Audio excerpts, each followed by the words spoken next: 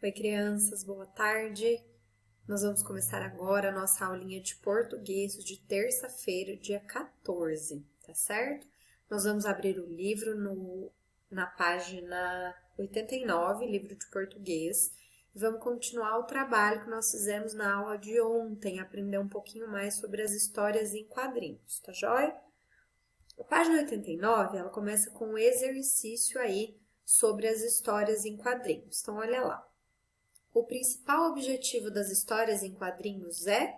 Então, vocês vão assinalar, só tem um, tá bom? Qual é o principal objetivo das histórias em quadrinhos, tá bom? Bom, número 10.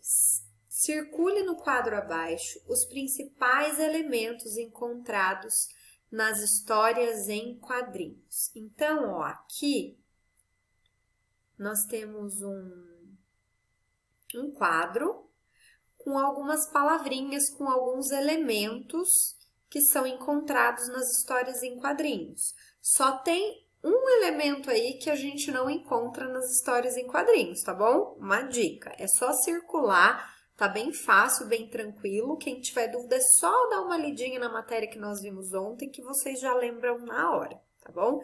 Agora eu quero que vocês prestem bastante atenção, que tem um quadro explicativo aí. Então, por favor, sigam a leitura, tá bom?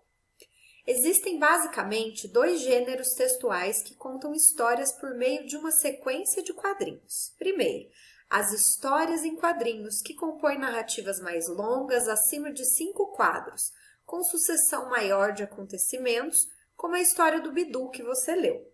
Devido à quantidade de quadros, são lidas da esquerda para a direita, de cima para baixo. O outro tipo são as tirinhas, que compõem narrativas curtas com até 5 quadros. Como o próprio nome indica, são publicadas como uma tira única, na horizontal, assim, ó, retinho. Ou, menos comum, na vertical, assim, ó, em pezinho. Em pezinho, tá bom? São lidas da esquerda para a direita ou, no caso das tirinhas verticais, de cima para baixo.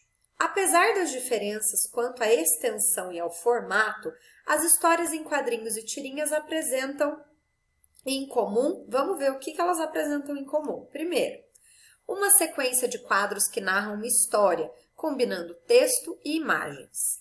Os elementos básicos de uma narrativa, enredo, personagens, tempo, espaço e desfecho.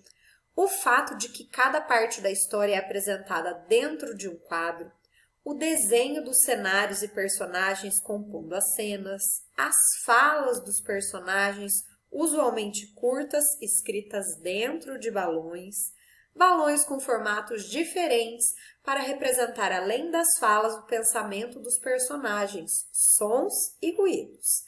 O fato de serem publicadas em jornais, revistas e na internet. Então, a gente teve aí um quadro explicativo, explicando para a gente a diferença das histórias em quadrinhos e das tirinhas.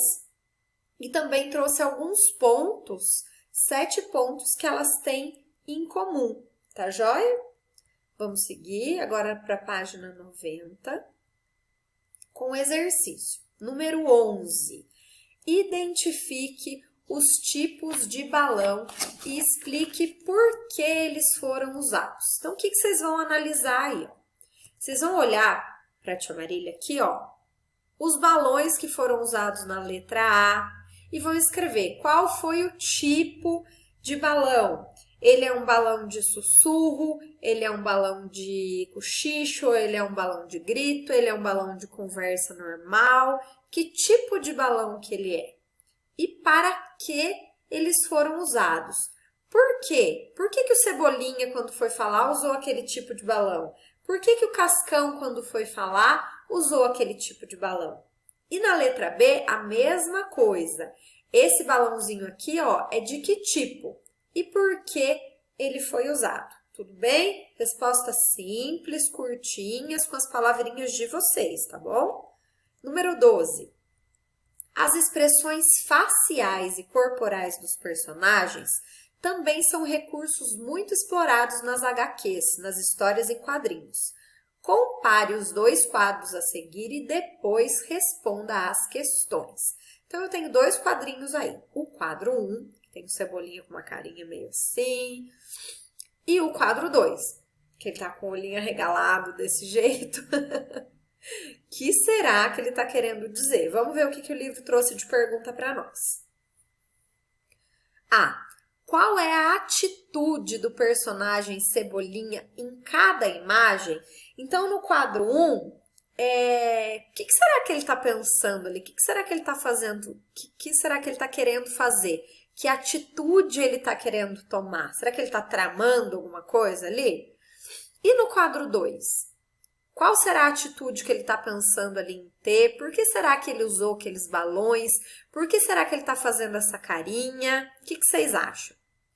Letrinha B. Como esses comportamentos são representados no desenho? O que está perguntando aí para nós? Quando a gente olha esse desenho, como é que a gente sabe que esses comportamentos estão sendo representados? Como? Como que eu olhei esse desenho e eu já sabia que o Cebolinha tá armando alguma coisa ali. Olhando o quê, gente? Tem que prestar atenção. Vamos agora para a página 91. Se os elementos visuais são tão expressivos nos quadrinhos, será que é possível contar uma história utilizando apenas esses elementos, sem palavras? Então, o que vocês acham? Primeira coisa, o que são elementos visuais?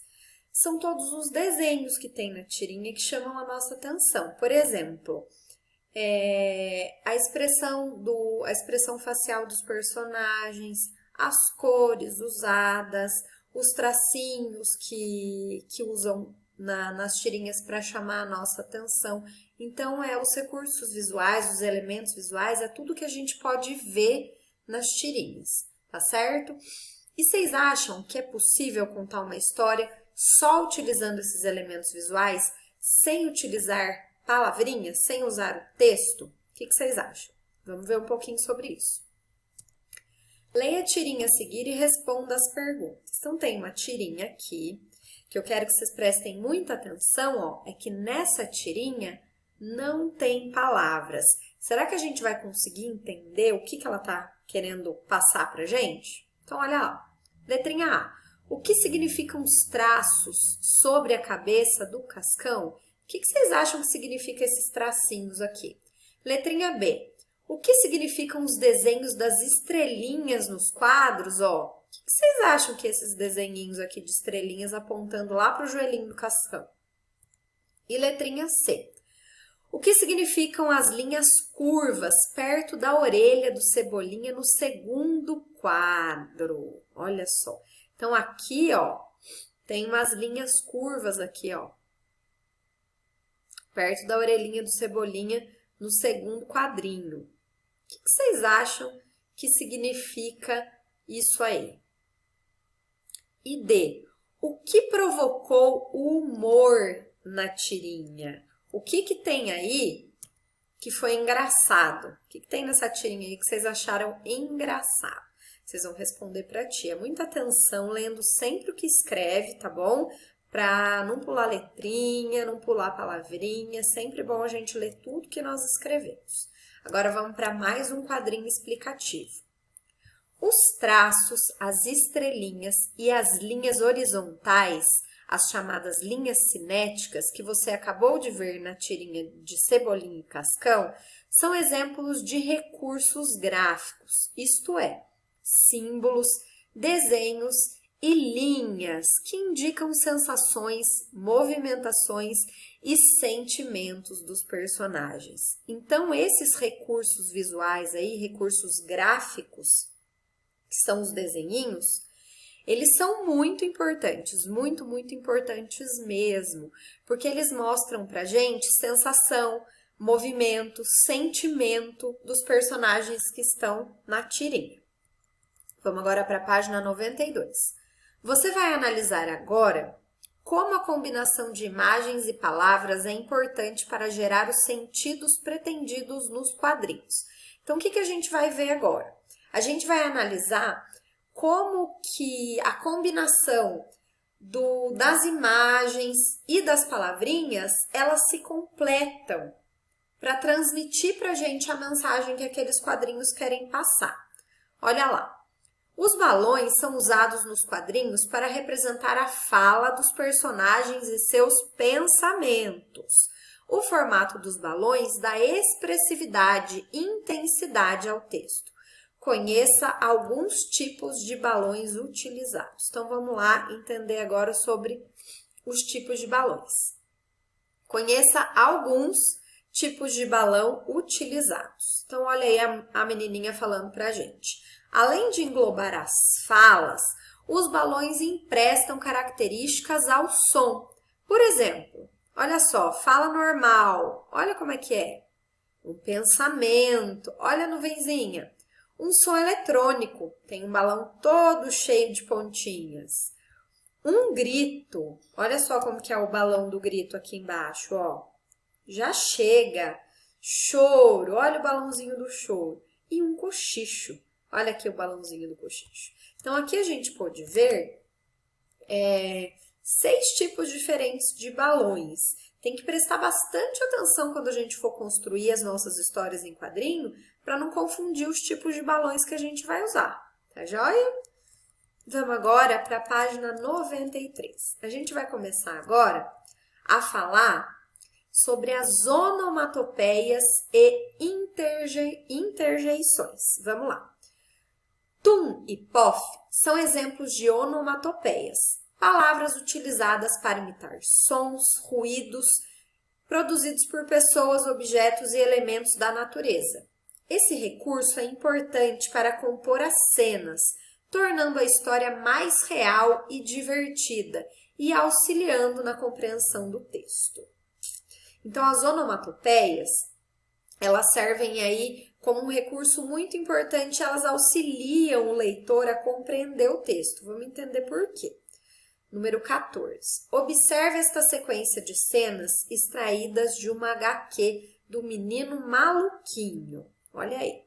Para que serve a alavanca? Cuidado! Tum! Pof! Olha o que aconteceu aqui nessa tirinha. 15. Que palavras foram usadas na história para indicar sons e ruídos produzidos pelos objetos? Quais palavrinhas aqui dessa tirinha foram usadas, aliás, para indicar os sons e os ruídos produzidos pelos objetos? Número 16. Veja as onomatopeias a seguir. Que sons elas representam? Registre suas respostas. Então, olha aí. Eu tenho zzz, tenho bum, tenho crash e tenho cabrum. É som do quê? Esse zzz aqui é o som do quê? O bum, do quê? O crash. Para que eu uso esse som? E o cabrum? Podem colocar o que vocês acham quando a gente usa esses sonzinhos aqui. Tá joia?